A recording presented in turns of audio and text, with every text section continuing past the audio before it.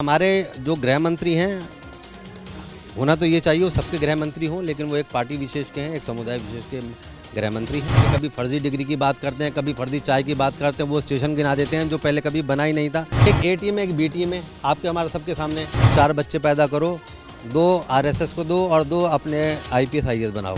हमारे CM साहब केजरीवाल साहब दिल्ली दंगों में हाथ हिलाकर बोलते थे कि भाई दिल्ली पुलिस मेरे हाथ में नहीं, मैं कुछ नहीं कर सकता। जो चुनाव में आके पर्चे बांट सकता है, अगर आपस में भाई भाई लड़ रहे हैं तो सौहार्द पैदा करने के लिए नहीं आ सकते थे वहाँ। राम को बदनाम करने की हमेशा इनकी कोशिश रही है, इनकी राजनीति चमकनी चाहिए। हिंदुस्तान में रहना होगा, जय श्री राम कहना होगा। मैं अपने बेटों को आज पढ़ा रहा हूँ, अगर मैं ग्रेजुएट कर रहा हूँ इसलिए नहीं कर रहा हूँ, 35 साल वो भीख मांगे। आपस में लड़वाओ, फूट डलवाओ। हम सिर्फ अंसारी साहब के लिए नहीं आए, हम गुप्ता जी के लिए भी आए हैं। एक पॉलिटिकल पार्टी का अध्यक्ष आदेश देता कि हिंदुस्तान किसी के बाप का नहीं है, ये राम की शान में गुस्ताखी ही है कि राम का नाम लेके दूसरों को धमका रहे हो। एक तानाशाही रवैया इन्होंने अख्तियार कर रखा है। MCD इलेक्शन होना था और MCD इलेक्शन के चक्कर में इन्होंने हिंदू मुस्लिम करा। इनका सुपड़ा साफ होना था कि ये दिलों के रिश्ते हैं, इन्हें सरे राह तार तार न कर, मेरा भी हिस्सा ले ले मेरे भाई, घर में दीवार न कर। जहांगीरपुरी हिंसा के बाद हमने देखा कि किस तरह से सरकार के आदेश के बाद बुलडोज़र चलाया गया और इस पर कहीं ना कहीं सिर्फ एक समुदाय को ही टारगेट किया जा रहा है कि मुस्लिम समुदाय के घर पे ही बुलडोज़र चल रहा है। उसके बाद सुप्रीम कोर्ट ने सो मोटो दिया कि आप बुलडोज़र नहीं चला सकते, आप रोक लगा दीजिए, लेकिन 10:45 पे सुप्रीम कोर्ट का फैसला आया, लेकिन 12 बजे तक बुलडोज़र उसी तरह MCD के द्वारा चलता रहा। लेकिन सुप्रीम कोर्ट ने आज सुनवाई करते हुए 2 हफ्ते के लिए बुलडोज़र जहांगीरपुरी में चलाने के लिए बैन कर दिया है और 2 हफ्ते बाद सुप्रीम कोर्ट में दोबारा सुनवाई होगी। इसी पूरे मामले पर हमसे बात करने के लिए कांग्रेस के एक कार्यकर्ता हैं जो लगातार कांग्रेस के लिए काम कर रहे हैं और आज ये जहांगीरपुरी मौका वारदात पे पहुँचे हैं। क्या कहेंगे पूरे मामले पे? सुप्रीम कोर्ट के आदेश के बाद भी लगातार बुलडोज़र चलता रहा। देखिए, एक बात मैं आपकी दुरुस्त करना चाहता हूँ, ये सरकार के आदेश पे नहीं है। आदेश गुप्ता जो BJP के अध्यक्ष हैं, उन्होंने आदेश दिया है किसको? MCD को। एक पॉलिटिकल पार्टी का अध्यक्ष आदेश देता और फटाफट NDMC यहाँ पे MCD के जो जितने बुलडोज़र आ जाते हैं वो आपके हमारे सामने हैं। एक तानाशाही रवैया इन्होंने अख्तियार कर रखा है।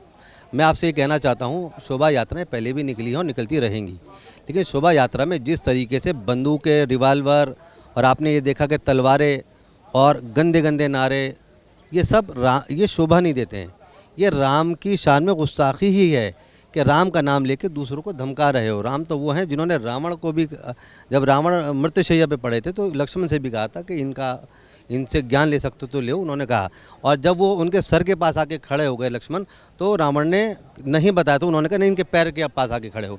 तो राम तो इतने बड़े सबके लिए एक आदर्श हैं। और हमने रामायण देखी है बचपन में, हमने आप सबने रामायण देखी है, गलियां सुनी हो जाती थी। आपको लगता है कि राम के नाम पे समाज में घृणा फैला रहे हैं, नफरत फैला रहे हैं और राम को बदनाम करने की कोशिश हो रही है? बिल्कुल, राम को बदनाम करने की हमेशा इनकी कोशिश रही है, इनकी राजनीति चमकनी चाहिए। राम का नाम इस्तेमाल क्यों करता है आदमी? अगर मैं आपको राम राम कहता हूँ तो राम राम कहने का मकसद ही मैं आपको सम्मान दे रहा हूँ, यानी वो सम्मान देने का एक ज़रिया है राम राम। आंखें बंद करके राम राम ले रहा हूँ तो मन में शांति पैदा हो रही है। मुस्लिम समुदाय जब आरोप लगा रही थी कि मस्जिद में घुसने के बाद भगवा झंडा फहराने की कोशिश की, लेकिन पुलिस इसको नकार रही है कि ऐसा कुछ भी नहीं हुआ। देखिए, अगर आप उसको नकार रहे हैं, लेकिन आपने एक वीडियो से देखा है कि इसी मस्जिद के सामने BJP और VHP का जो अध्यक्ष है, जिला अध्यक्ष, वो कह रहा है कि अगर हिंदुस्तान में रहना होगा, जय श्री राम कहना होगा। और उसी वीडियो में सारे मुस्लिम अंदर बंद हैं उसमें मस्जिद के अंदर। उसके बाद वो पथराव कहाँ से हो जाएगा जब ये लोग इतनी बदतमीजी करेंगे? तो क्या दिक्कत है जय श्री राम बोलने में? क्या दिक्कत है? देखिए, ज़बरदस्ती से कोई भी निकलवा सकता, ये हिंदुस्तान किसी के बाप का नहीं है। आप मुझसे बोलिए जय श्री राम बोलो, मैं बोलता हूँ जय श्री राम। जब हम बचपन में रामायण देखते थे, जय श्री राम का नारा लगता, सब बच्चे लगाते थे और हमें कोई दिक्कत थोड़ी थी। जय श्री राम के मायने क्या है? वो राम जिन्होंने बहुत कुछ सिखाया, जिन्होंने ये बताया कि माता पिता का सम्मान क्या होता है, कि अगले ही दिन राज्याभिषेक होना था उनका, लेकिन अपने पिता के कहने पर 14 साल के लिए वनवास ले लेते हैं, तो वो तो आदर्श के योग्य हैं। अब डर लगता है जय श्री राम के नारे से? हमें किसी से डर नहीं लगता। हिंदुस्तान का कानून, अभी भी हम कानून के ऊपर भरोसा है, लेकिन हमें डर इस बात का लग रहा है कि जो भाईचारा टूट गया तो ये ख़त्म होने वाला नहीं है। एक बात कहना चाहता हूँ कि ये दिलों के रिश्ते हैं, इन्हें सरे राह तार तार न कर, मेरा भी हिस्सा ले ले मेरे भाई, घर में दीवार न कर। मेरा भी हिस्सा ले ले भाई, घर में दीवार न कर। लेकिन यूपी से एक BJP की सांसद आती हैं, साध्वी प्रज्ञा, वो कहती है कि अभी मुसलमान 20% है तो वो शोभा यात्रा नहीं निकालने देती है। जब मुसलमान अगर 50% हो जाएंगे तो शव यात्रा भी नहीं निकालने देंगे हिंदुओं को। इंडोनेशिया में 90% मुस्लिम है, वहाँ रामायण भी होती है, वहाँ कोई इस तरीके का बकवास नहीं होती जैसे ये लोग कर रहे हैं। मैं आपसे ये कहना चाहता हूँ, कभी कहते हैं 4 बच्चे पैदा करो, 2 आरएसएस को दो और 2 अपने आईपीएस आईएएस बनाओ। देखिए, औरत जब बच्चा पैदा करती है ना, तो वो ज़िंदगी का सबसे कठिन दौर होता है उसका। बच्चा पैदा करना, औरत समझिए कि मौत के मुंह से वापसी आती है। नफरत कौन फैला रहा है? बीजेपी के नेता का लगातार बयान हो रहा है, सांसद हो या विधायक हो, लगातार बयान, इस तरह के बयानबाजी होती रहती है। साधु संतों के बयान आपने भी देखा होगा। तो नफरत फैलाने की कोशिश समाज में कौन कर रहा है? और जो जहांगीरपुरी हिंसा में हुआ, उसकी वजह क्या है? उसकी वजह यही है कि एमसीडी इलेक्शन होना था और एमसीडी इलेक्शन के चक्कर में इन्होंने हिंदू मुस्लिम करा। इनका सुपड़ा साफ होना था। जिस तरीके से एमसीडी के कर्मचारियों को तनख्वाहें नहीं मिल रही थी, बेचारे परेशान थे, और इनका सुपड़ा साफ होना था। कहीं सफाई नहीं थी, और इन्होंने जिस तरीके से पैसे लेके घर, आदमी अपना घर बना रहा है तो उसमें पैसे ले रहे थे, वो सबके सामने है। लेकिन है क्या कि इन्होंने हिंदू मुस्लिम पैदा कर कर यहाँ का माहौल ख़राब करना चाहा, और ये चाहा कि यहाँ पर इनको भ्रमित करके, हमारे जो बहुसंख्यक भाई हिंदू भाई हैं उनको भ्रमित करके इनका वोट ले लेंगे। लेकिन दिल्ली की जनता बहुत समझदार है, पहले भी इनको इसी तरह लात मारी थी और अभी भी आगे लात मारेगी। आपको लगता है कि जहांगीरपुरी में मुसलमानों के खिलाफ अत्याचार हुआ है, मुसलमानों के खिलाफ बुलडोजर चला है, सिर्फ मुस्लिम होने के नाते उनके टारगेट किया जा रहा है? बिल्कुल यही है, बिल्कुल यही है। मैं आपसे ये कहना चाहता हूँ कि एक तरफ़ा इन्होंने बात करी है। अगर ये 2 तरफ़ा बात करते तो हमें कोई गुरेज नहीं थी, लेकिन नोटिस देना चाहिए। हम सिर्फ अंसारी साहब के लिए नहीं आए, हम गुप्ता जी के लिए भी आए हैं।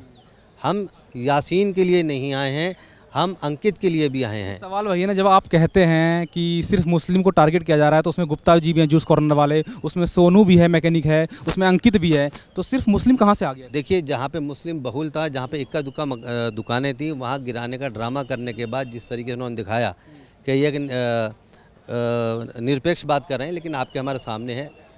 इतनी समझदार है दिल्ली की जनता, वो समझती है कि इन्होंने जो बर्बादी का दौर चलाया है। और मैं पूछना चाहता हूँ, दिल्ली के महामहिम हमारे सीएम साहब केजरीवाल साहब दिल्ली दंगों में हाथ हिलाकर बोलते थे कि भाई दिल्ली पुलिस मेरे हाथ में नहीं, मैं कुछ नहीं कर सकता। और मौलाना साहब के ऊपर कहते हैं कि इनके ऊपर एफआईआर के हमने आदेश दे दिए हैं। पूरे वर्ल्ड में कहीं भी इस तरह का भेदभाव नहीं हुआ कि जमातियों की गिनती अलग और पूरे दिल्ली के पेशेंट्स की गिनती अलग। और मैं आपसे कहना चाहता हूँ, आपका और हमारा क्वारंटाइन 14 या 15 दिन का था। इन जमातियों को 45 दिन बंद रखा। कहाँ पर रखा? सुल्तानपुरी, बवाना, नरेला। ये कह रहे हैं कि दिल्ली के सीएम अरविंद केजरीवाल मुस्लिम विरोधी हैं। मुस्लिम विरोधी हैं, निकम्मे हैं। उनका सच्चाई सबके सामने आ गई है, सब जानने लगे हैं कि उनका काम सिर्फ लोगों को बेवकूफ़ बनाना है। फ्री का माल देकर लोगों को बेवकूफ़ बनाया। इसी कोरोना काल में जहाँ सबसे पहले आपको और मेरा कारखाना, मेरी दुकान खुलनी चाहिए थी, उन्होंने शराब खाने खुलवा दिए। उस गरीब से पूछिए जिसने 40 दिन शराब पे रोक लगा रखी थी, लेकिन शराब खाने खुलते ही। मुस्लिम विरोधी तो बहुत लोग मोदी को बताते हैं कि मोदी जी देश के जो प्रधानमंत्री हैं वो मुस्लिम विरोधी हैं। देखिए, एक ए टीम है, एक बी टीम है, आपके हमारे सबके सामने। वो बी टीम में अजयेश यादव साहब यहाँ के विधायक हैं, वो गायब हैं, उनका कोई बयान ही नहीं है। तो मोदी जी क्या है? मोदी जी तो काम है, उन्होंने चुप्पी साध रखी है, वो ट्वीट ही नहीं आता है।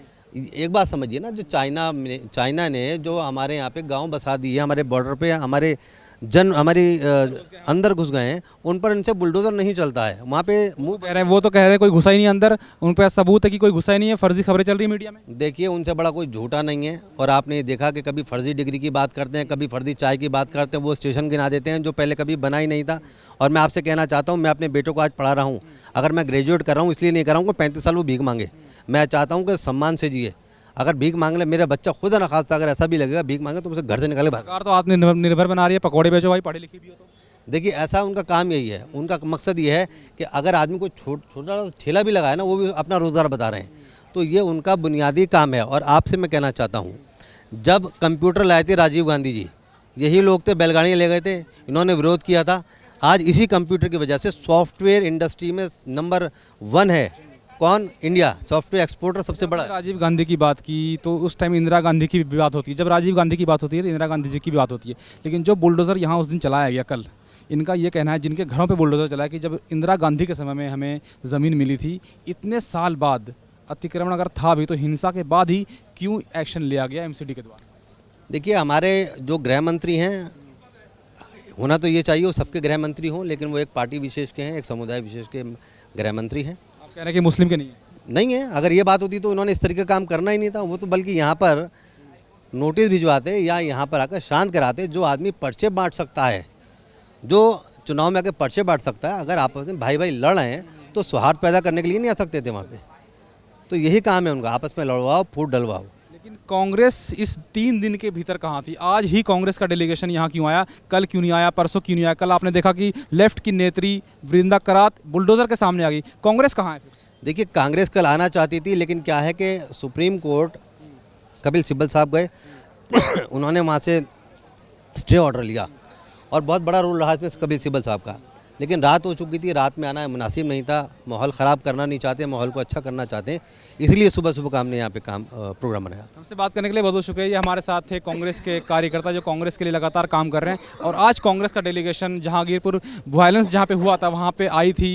अजय माकन जी हो, शक्ति सिंह गोहिल जी हो, या फिर दिल्ली प्रदेश अध्यक्ष अनिल चौधरी जी हो, हमने इनसे बात की और इनका सीधा कहना है कि अरविंद केजरीवाल हो या फिर देश के प्रधानमंत्री, ये किसी खास समुदाय से जुड़े हुए हैं और मुस्लिम विरोधी इनकी नीति है, इसलिए यहाँ पे सिर्फ मुस्लिम समुदाय के घरों पे बुलडोजर चलाया जा रहा है। आप देखते रहिए नेटवर्क न्यूज़ में, हूँ आपके साथ असरार अहमद।